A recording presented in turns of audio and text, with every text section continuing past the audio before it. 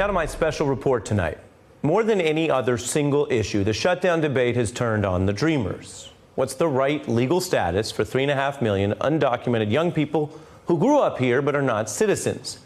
If you listen to the Trump White House, you might think the answer to that question is hard or ideologically polarizing. You might even think Senate Democrats were over the line for demanding an answer up until tonight's vote. And to be fair to the wider immigration debate, there are polarizing immigration questions like how many refugees should we really admit, or how do you reform visas for workers with special skills? But the fact is that policies to protect rather than punish child immigrants have not been very polarizing.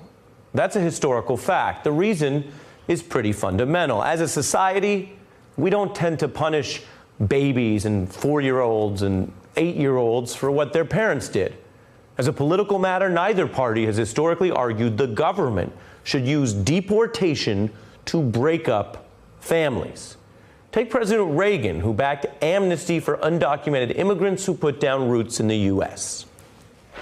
I believe in the idea of amnesty for those who have put down roots and who have lived here, even though sometime back they may have entered illegally. Reagan's Republican rival and running mate, George H.W. Bush, held the same line in their 1980 primary debate. Do you think the children of illegal aliens should be allowed to attend Texas public schools free, or do you think that their parents should pay for their education? I don't want to see a whole, if they're living here, I don't want to see a whole thing of 6- and 8-year-old kids being made, one totally uneducated and made to feel that they're living with outside the law. These are good people, strong people. Part of my family is a Mexican. Reagan went on to sign a bipartisan immigration reform law and issued guidance protecting some undocumented children from deportation while their parents pursued citizenship. His immigration commissioner announced that undocumented children would qualify for protection even if they came here with their parents. Most times a child would probably qualify. They either came in with their parent or parents before '82, so they'd be covered there, or they were born here, and in which case they would be allowed to remain. Then when Reagan's vice president succeeded him, Bush used his own power to prevent the deportation of 1.5 million undocumented immigrants and children based on the same premise: keep families together. It was called the Family Fairness Policy. It also credits the special role of immigrants to America, and it will promote a more competitive economy, respect for the family unit. This bill is good for families. His son, George W. Bush, signed the Child Status Protection Act, exempting children from being deported after aging out at 21. One of the primary reasons America became a great power in the 20th century is because we welcomed the talent and the character and the patriotism of immigrant families. There are differences between an illegal immigrant who crossed the border recently and someone who has worked here for many years and has a home, a family. 3 Republican presidents, 1 principle defending undocumented children. When Obama came into office, he pursued a bipartisan deal on immigration, but found, like George W. Bush, that Congress wouldn't play ball. So like those presidents, Obama used executive power to extend protection to undocumented children through DACA. Are we a nation that accepts the cruelty of ripping children from their parents' arms? Or are we a nation that values families and works together to keep them together? That order gave all the dreamers protection, but not certainty, because without Congress, it's not a law. It's an order that can be reversed any day by any president, which is, of course, what candidate Trump pledged to do. I will immediately terminate President Obama's illegal executive order on immigration. Trump campaigned by saying what he thought people wanted to hear, and when he won, his campaign rhetoric suddenly contradicted the kind of president he wanted to be, or wanted to be depending on the day, because Trump suddenly wanted everyone to know he loves kids. He didn't want to be the first president who would prioritize deporting them. I love these kids. I love kids. I have kids and grandkids. And I find it very, very hard doing what the law says exactly to do. We're going to show great heart. DACA is a very, very difficult subject for me. So difficult that Donald Trump then reversed himself again, announcing he'd cancel Obama's DACA order and pave the way for deportations. Protests erupting nationwide after the Trump administration announced it will end DACA.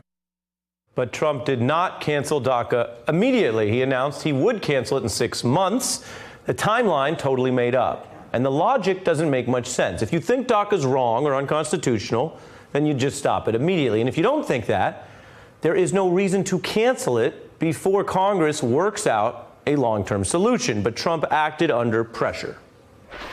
11 states led by yours, state of Texas, are threatening to sue the Trump administration if it does not follow through on the president's campaign promise to end a program protecting dreamers.